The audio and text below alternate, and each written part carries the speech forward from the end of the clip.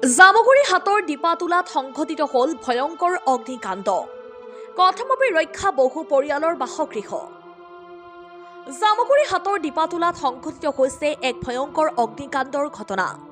গাঁওখনৰ দেৱী প্ৰসাদ ভট্টৰাই নামৰ ব্যক্তিজনৰ বাসগৃহৰ কাষতে থকা এটা প্ৰকাণ্ড ধানখেৰৰ মেজিত সংঘটিত এই অগ্নিকাণ্ডই গাঁওবাসীৰ মাজত এক আতংকময় পৰিৱেশৰ সৃষ্টি কৰে।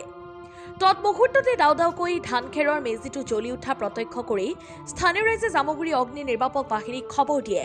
পলমকৈ হলেও অগ্নি নিৰ্বাপক বাহিনীৰ গাড়ী ঘটনাস্থলীত উপস্থিত হৈ জুই নিৰ্বাপিত কৰে যদিও ইতিমধ্যেই ধানখেৰৰ মেজিটো ৮০% জ্বলি ভস্মীভূত হয়।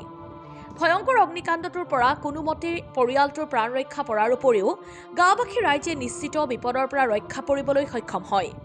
অন্যথা অগ্নিৰ ফিৰিঙতি বিয়পিৰ কাষতে থকা ঘৰবোৰৰ লগতে সমগ্ৰ গাঁওখনতে খাণ্ডৱদাহৰ সৃষ্টি কৰিলেহেঁতেন।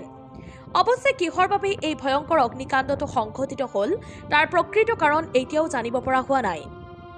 জামুগুৰি হাটৰ পৰা আনোৱাৰ আহমেদৰ ৰিপৰ্ট, অসম নিউজ লাইভ।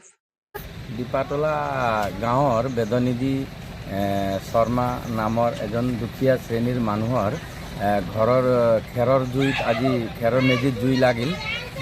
একদম দাউ দাউকে জুই জ্বলি আছিলে।